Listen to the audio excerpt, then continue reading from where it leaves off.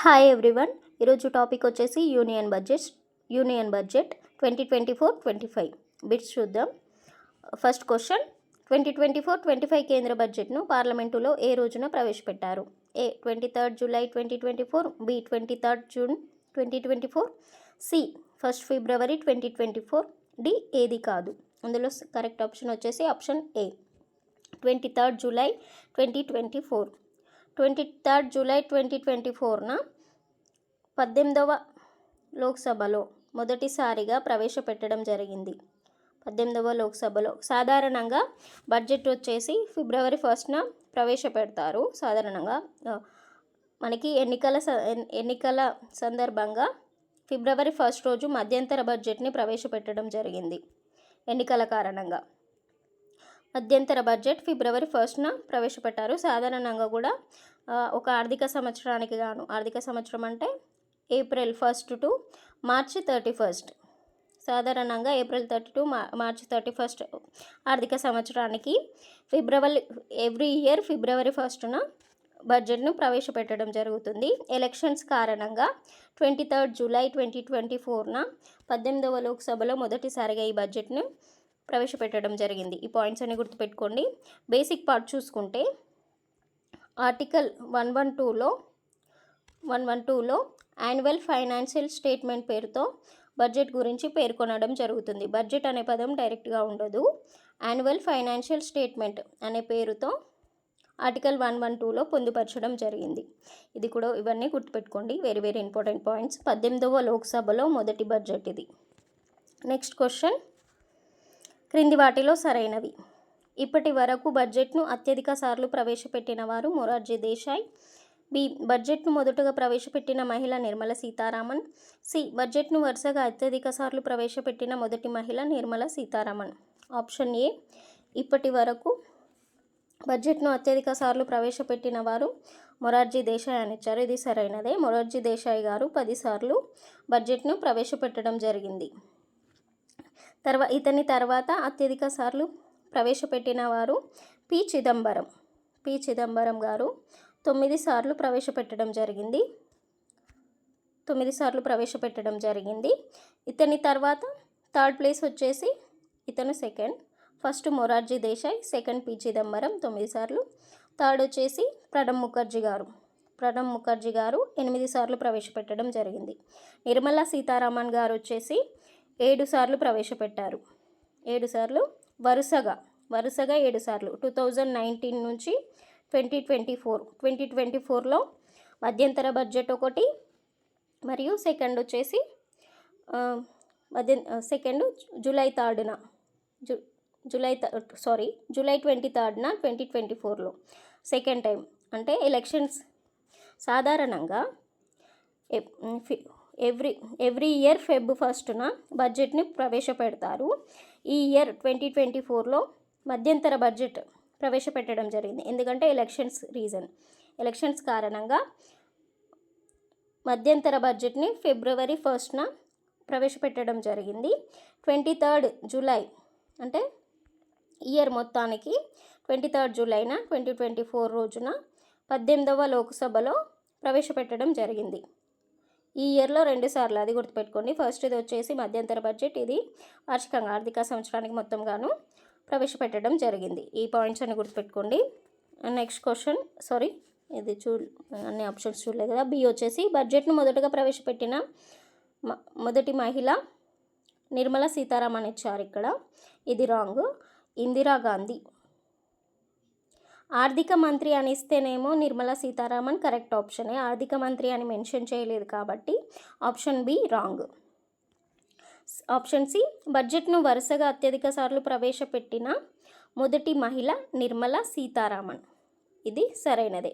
అత్యధిక సార్లు వరుసగా 2019 టు 2024 మొత్తం వరుసగా 7 సార్లు నిర్మలా సీతారామన్ గారు బడ్జెట్ను ప్రవేశపెట్టడం జరిగింది. ఈ ఇయర్ తను బడ్జెట్ ప్రవేశపెట్టేటప్పుడు తను ధరించిన చీర కలర్ వచ్చేసి తెలుపు మరియు మెజెంటా కలర్ అని కూడా గుర్తుపెట్టుకోండి. ఇది కూడా ఇంపార్టెంట్. ఇందులో ఆప్షన్స్ సరైనవి అడిగారు కాబట్టి ఆప్షన్ ఏ మరియు ఆప్షన్ సి సరైనవి. ఏ మరియు C second one. Next question 2024-25 కేంద్ర budget theme. A employment skills MSMEs middle class. B employment poverty development. C inclusive development. D productivity and investment. ఇందులో correct option వచ్చేసి option A employment skills MSMEs middle class. Option A సరైనది. Employment అంటే ఉద్యోగం, ఉపాధి and skills నైపుణ్యం, MSMEs చిన్న తరహా కుటీర పరిశ్రమలు, మిడిల్ క్లాస్ మధ్యతరగతి. ఈ థీమ్ వచ్చేసి వెరీ వెరీ ఇంపార్టెంట్. ఇంగ్లీష్లో గుర్తుపెట్టుకోండి, అందుకే ఇంగ్లీష్లోనే ఇవ్వడం జరిగింది. Employment skills MSMEs middle class. Next question 2024-25 బడ్జెట్లో క్రింది వాటిలో ప్రధానంగా ఏ అంశాలను తీసుకున్నారు. ఏ అన్నదాత. బి గరీబ్ సి యువ. డి మహిళలు. ఈ పైవన్నీ అని ఇచ్చారు. ప్రధానంగా 4 అంశాలను 4 వర్గాల వారిని తీసుకోవడం జరిగింది. ఏ అన్నదాత అంటే రైతులు, గరీబ్ పేదరికం, యువత మరియు మహిళలు. ఇవన్నీ కూడా సరైనవి. ఆన్సర్ వచ్చేసి ఈ పైవన్నీ సరైనవి. రైతులు, యువత, పేదరికం, స్త్రీలు, ఈ 4 అంశాలను ప్రధానంగా తీసుకోవడం జరిగింది. నెక్స్ట్ క్వశ్చన్ 2024-25 కేంద్ర బడ్జెట్లో క్రింది వాటిలో ప్రధానంగా ఏ అంశాలను పేర్కొన్నారు. ఏ వ్యవసాయం ఉద్యోగాల కల్పన నైపుణ్యాభివృద్ధి. బి సామాజిక న్యాయం పట్టణాభివృద్ధి ఇంధన భద్రత. సి మౌలిక రంగం పరిశోధన ఆవిష్కరణలు. డి తయారీ రంగం సేవా రంగాలు మరియు తర్వాత తరం సంస్కరణలు. ఆన్సర్ వచ్చే ఆప్షన్స్ చూసుకుంటే ఏబిసి అని ఇచ్చారు, second BCD, third ACD, fourth పైవన్నీ అని ఇచ్చారు. ఆన్సర్ వచ్చేసి పైవన్నీ. మొత్తంగా ఇందులో 9 అంశాలను ప్రధానంగా పేర్కొనడం జరిగింది బడ్జెట్లో. 9 అంశాలు ఏవంటే వ్యవసాయం ఉద్యోగ కల్పన నైపుణ్యాభివృద్ధి సామాజిక న్యాయం పట్టణాభివృద్ధి ఇంధన భద్రత మౌలిక రంగం పరిశోధనల ఆవిష్కరణలు తయారీ సేవా రంగాలు మరియు సంస్కరణలు. వీటన్నిటిని ఈ 9 అంశాలను తీసుకోవడం జరిగింది. ఇవన్నీ ఇంపార్టెంట్, ఇవన్నిటిని కూడా గుర్తుపెట్టుకోండి. అందుకనే ఇక్కడ క్వశ్చన్ ఫ్రేమ్ చేయడం జరిగింది. ఎవ్రీ వర్డ్ ఇంపార్టెంట్ ఇందులో. మళ్ళీ చెప్తున్నా, వ్యవసాయం ఉద్యోగ కల్పన నైపుణ్యాభివృద్ధి సామాజిక న్యాయం పట్టణాభివృద్ధి ఇంధన భద్రత మౌలిక రంగం పరిశోధన ఆవిష్కరణలు తయారీ సేవా రంగాలు మరియు సంస్కరణలు తర్వాత తరం సంస్కరణలు అన్నీ కూడా సరైనవి. ఈ 9 అంశాలను గుర్తుపెట్టుకోండి. నెక్స్ట్ క్వశ్చన్ 2024-25 కేంద్ర బడ్జెట్ ప్రకారం ద్రవ్యోల్బణం ఎంత శాతం ఉండనుంది. Option A 5%, B 6%, C 4.5%, D 4%. Answer వచ్చేసి 4%. ద్రవ్యోల్బణం 4% ఉండనున్నట్లు పేర్కొన్నారు. 7th క్వశ్చన్ 2024-25 కేంద్ర బడ్జెట్ యొక్క మొత్తం బడ్జెట్ ఏ 48,20,512 కోట్లు. బి 48,30,521 కోట్లు. సి 48,20,251 కోట్లు. డి 48,30,512 కోట్లు. ఆన్సర్ వచ్చేసి ఆప్షన్ ఏ 48,20,512 కోట్లు. నెక్స్ట్ క్వశ్చన్ 2023-24 బడ్జెట్తో పోలిస్తే 2024-25 బడ్జెట్లో ఆరోగ్య మంత్రిత్వ శాఖకు ఎంత శాతం నిధులు కేటాయించారు. ఆప్షన్ ఏ 13.86% ఎక్కువ. బి 12.86% తక్కువ. సి 12.96% ఎక్కువ. డి 13.96% తక్కువ. ఆన్సర్ వచ్చేసి ఆప్షన్ సి 12.96% ఎక్కువగా కేటాయించారు. 2023 బడ్జెట్తో పోలిస్తే 2024-25 బడ్జెట్లో 12.96% ఎక్కువగా కేటాయించడం జరిగింది.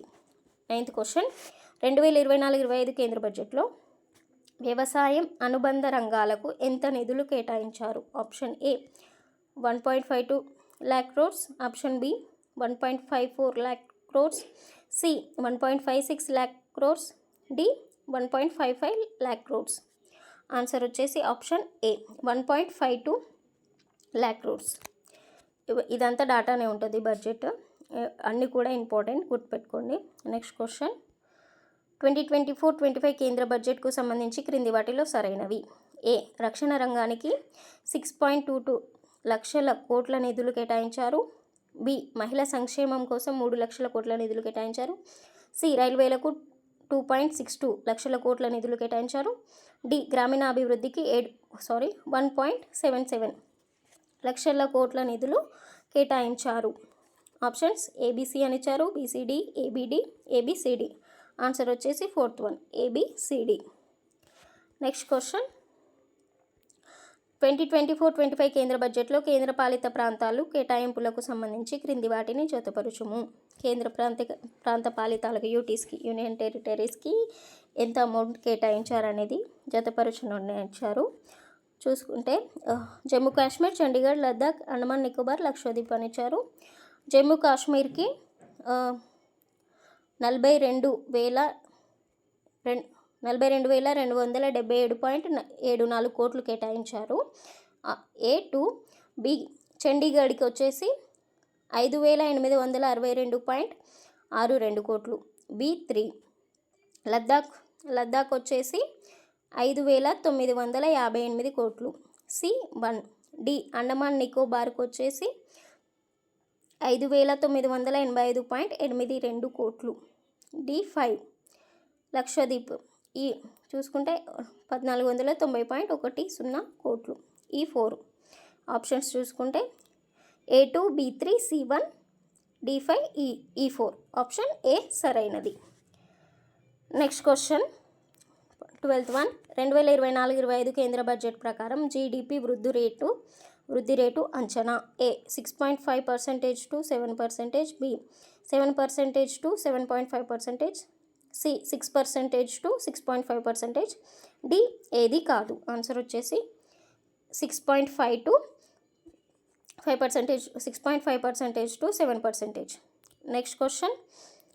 2024-25 బడ్జెట్లో ప్రస్తావించిన విష్ణుపద్ మహాబోధి దేవాలయాలు ఏ రాష్ట్రంలో కలవు. ఏ. Tamil Nadu, B. Kerala, C. Uttar Pradesh, D. Bihar. Answer వచ్చేసి డి. బీహార్. Next question. 2024-25 కేంద్ర బడ్జెట్ ప్రస్తావనలో భాగంగా రద్దు చేయబడిన ఏంజిల్ ట్యాక్స్ దీనికి సంబంధించినది. ఏ. స్టార్టప్లు, B. Customs, C. Telecom, D. ఏది కాదు. ఆన్సర్ వచ్చేసి ఏ. స్టార్టప్లు. Next question. 2024-25 కేంద్ర బడ్జెట్ ప్రకారం కోశలోటు ఎంత. కోశలోటు అడిగారు ఇక్కడ. 2024-25 బడ్జెట్ కోశలోటు. ఏ. ఆప్షన్స్ చూసుకుంటే ఏ. 4.9%, బి. 5.9%, సి. 4.5%, డి. ఏది కాదు. యాక్చువల్గా కోశలోటు అనేది బడ్జెట్లోని లోటును పూడ్చడానికి కొత్తగా చేసే అప్పు అనేది కోశలోటు అవుతుంది. బడ్జెట్లో ఉన్న లోటును పూడ్చడానికి కొత్తగా చేసే అప్పు దానినే కోశలోటు అంటారు. అది 4.9% ఉంది. Next question. 2024-25 కేంద్ర బడ్జెట్ ప్రకారం రెవెన్యూ లోటు ఎంత. ఏ. 1.9%, బి. 1.8%, సి. 1.5%, డి. ఏది కాదు. రెవెన్యూ లోటు అంటే రెవెన్యూ వ్యయం అనేది రెవెన్యూ ఆదాయం కంటే ఎక్కువగా ఉంటుంది. ఖర్చు ఎక్కువగా ఉంటుంది కాబట్టి దానిని రెవెన్యూ లోటు అంటారు. రెవెన్యూ వ్యయం అనేది రెవెన్యూ ఆదాయం కంటే ఎక్కువగా ఉంటుంది. అది ఈ బడ్జెట్లో ఎంత అని అడిగారు. ఆన్సర్ వచ్చేసి 1.8%. Next question. 2024-25 కేంద్ర బడ్జెట్ ప్రకారం ప్రాథమిక లోటు ఎంత. ఏ. 1.4%, బి. 1.6%, సి. 1.5%, డి. ఏది కాదు. ప్రాథమిక లోటు అంటే కోశలోటు నుంచి వడ్డీ చెల్లింపులు అనేది తీసివేయగా వచ్చేదే ప్రాథమిక లోటు. కోశలోటు నుంచి వడ్డీ చెల్లింపులు తీసేస్తే వచ్చేది ప్రాథమిక లోటు. ఇందులో ఆన్సర్ వచ్చేసి ప్రాథమిక లోటు ఎంత అని అడిగారు కదా, 1.4% ఆన్సర్. Next question. 18th. వ్యవసాయం ఉత్పాదకతను పెంచడం కోసం ఎన్ని రకాల కొత్త వంగడాలను రైతులకు అందుబాటులోకి తీసుకురానున్నారు. ఏ. 109, బి. 110, సి. 108, డి. ఏది కాదు. ఆన్సర్ వచ్చేసి 109. వ్యవసాయంలో ఉత్పాదకతను పెంచడం కోసం 109 రకాల వంగడాలంటే విత్తనాలను, కొత్త రకమైన విత్తనాలను అన్ని వాతావరణాలకు అనుగుణంగా ఏ వాతావరణంలోనైనా పండే విధంగా ఈ విత్తనాలను రైతులకు 109 రకాల విత్తనాలను రైతులకు అందుబాటులోకి తీసుకురానున్నారు. నెక్స్ట్ క్వశ్చన్, ఉపాధి నైపుణ్యాభివృద్ధికి సంబంధించి క్రింది వాటిలో సరైనవి.